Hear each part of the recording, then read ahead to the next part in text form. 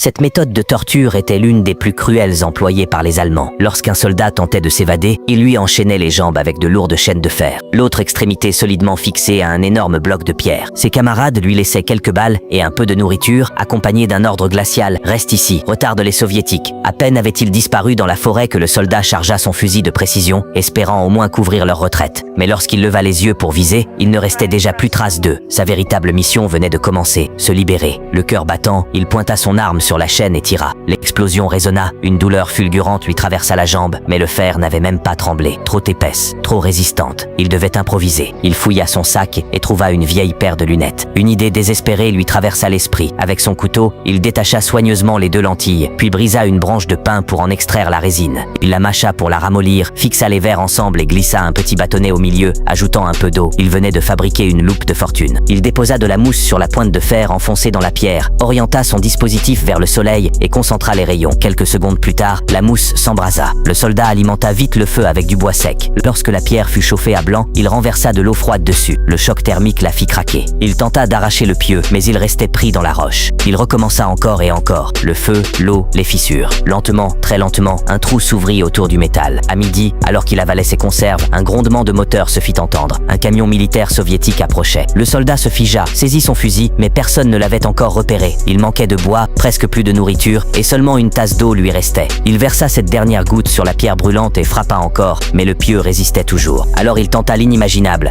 Il ouvrit ses cartouches, récupéra la poudre, la versa dans le trou et posa une pierre dessus. Il alluma de la mousse, s'abrita derrière un rocher. Boum! Une déflagration secoua la terre. De la fumée jaillit, mais le pieu restait obstinément en place. Fou de frustration, il tenta 2 coups de pied en vain. À bout de force, il attacha la sangle de son fusil à une grosse pierre voisine et se mit à marteler le pieu sans relâche. Le jour s'effaça, la nuit tomba, ses mains se couvrirent d'ampoules, ses bras tremblaient, mais il refusait d'abandonner. Enfin, d'un ultime effort, le métal bougea. Il tira de toutes ses forces, donna un coup sec et le pieu se détacha enfin. Le soldat était libre.